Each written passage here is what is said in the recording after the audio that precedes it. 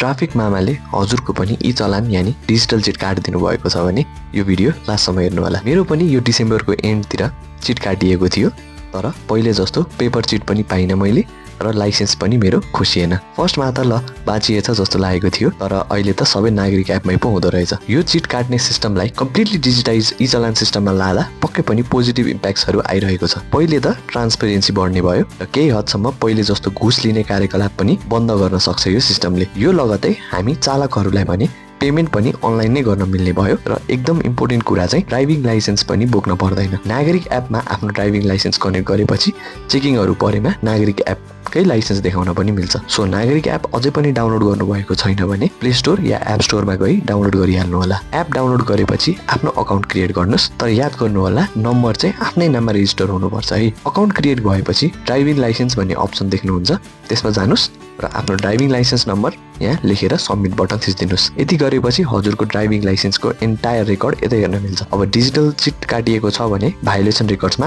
जानु होला। यता यसरी पे नाउ र क्लास रिक्वायर्ड भनेर मेन्सन गरिएको हुन्छ। पे नाउ मात्र छ भने क्लास जानु परेन। Over speeding, lane मिचेको, red light भायोलेसनमा पर्नु भएको या मापासे लापासेमा पर्नु भएको छ भने क्लासेस भने कम्पलसरी हुन्छ। सबभन्दा फर्स्टमा त पे नाउमा क्लिक गर्नुहोस् र त्यता ई सेवा खल्ती कनेक्ट आइपीएस जेबाट मिल्छ त्यसबाट पे गर्नुहोस्। यदि हजुरहरूसँग अझै पनि ई सेवा खल्ती जस्तो एप्स छैन भने अरू कसैलाई फाइन तिराउन लाउन पनि सक्नुहुन्छ। यसको लागि चाहिँ पहिला आफ्नो नागरिक एपमै गई त्यो भायोलेसनको भाउचर नम्बर पाउनुहुन्छ, त्यो कपी गरेर जसले पे गर्ने हो उहाँलाई फरवर्ड गरिदिनुहोस्। अब ई सेवा भए गभर्मेन्ट पेमेन्टमा ट्याप गर्नुहोस् अनि ट्राफिक फाइन पेमेन्टमा जानुहोस्। ईबीपी नम्बरमा त्यो भाउचर नम्बर हाल्नु होला अनि अमाउन्ट जति तोकिएको छ त्यति राखिदिनु होला। खल्ती र कनेक्ट आइपीएसमा पनि अलमोस्ट सिमिलर प्रोसेस हो। अप्सन भने त्यता दुईटा सिमिलर छ, त्यसैले झुकिन सकिन्छ। अर्को चाहिँ ट्राफिक पुलिस फाइन पेमेन्ट भन्ने अप्सन हुन्छ। त्यो चाहिँ हजुरहरूले फिजिकल चिट पाउनु भएको र अनलाइन पेमेन्ट गर्न चाहनु भएको छ भने त्यसबेला युज गर्ने हो। अब पेमेन्ट भइसकेपछि एकचोटि फेरि पनि भायोलेसन रेकर्ड्समा गई भेरिफाई गर्नुहोस्। पे नाउको अप्सन भने जान्छ र क्लास रिक्वायर्ड छ भने त्यो बसिरहेको छ। क्लासको लागि चाहिँ हजुरले काठमाडौँमा भए बगीखाना, ललितपुरमा भए सातो बाटो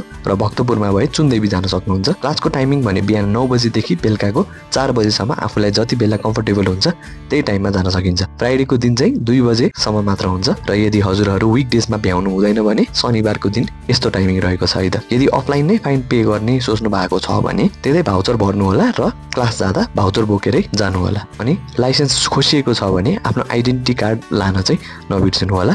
म भने क्लास अटेन्ड गर्न बगीखाना गएको थिएँ र मेरो त ई चलानमै सबै इन्फर्मेसन थियो, त्यसैले सिधै 21 नम्बरमा गएर क्लास अटेन्ड गर्न बसेँ। क्लास सुरु हुनु अघि आफ्नो नागरिक एप या फिजिकल लाइसेन्स देखाएर आफ्नो नाम र लाइसेन्स नम्बर टिपाउनु पर्ने हुन्छ। फिजिकल चिट भएमा एकजना ट्राफिक पुलिस आफै लाइसेन्स लिएर हजुरको रेकर्ड टिपाउन आउनुहुन्छ। अनि क्लास भने झन्डै 1 घन्टाको हुन्छ, जहाँ कम्प्लिटली एक्सिडेन्ट्सको फुटेजेसहरू अनि ट्राफिक नियम के छन् त्यो सबै देखाइन्छ। धेरै निदाउनु पनि हुन्छ, तर आफ्नै सतर्कताका लागि रहे पनि ध्यान दिएर सुन्नु होला। सायद क्लासलाई अझै भोकेसनल ट्रेनिङहरू इन्क्लुड गर्दा एकदम राम्रो हुन्थ्यो जस्तो लाग्छ मलाई। अब नाम टिपाइएको चिट बोकेर तोकिएको कोठामा जानु होला अनि यहाँ त्यो टिकट बुझाउनु होला। यति गरिसकेपछि नागरिक एपमा अपडेट हुन चाहिँ 15 देखि 20 मिनट लाग्ने रहेछ। घर पुग्दा ओर्दा अपडेट भइसक्छ र फाइनल स्क्रिन यस्तो देख्नुहुन्छ। यदि अझै पनि केही कन्फ्युजन छ भने मैले ट्राभल नेपाल टुडे वेबसाइटमा 3 वटा सेपरेट आर्टिकल्सहरू डिटेलमा लेखेको छु, गएर पढ्नु होला र स्टेप्स फलो गर्न पक्कै पनि सहज हुनेछ। धन्यवाद र यो च्यानललाई सब्स्क्राइब गर्न नबिर्सनु होला।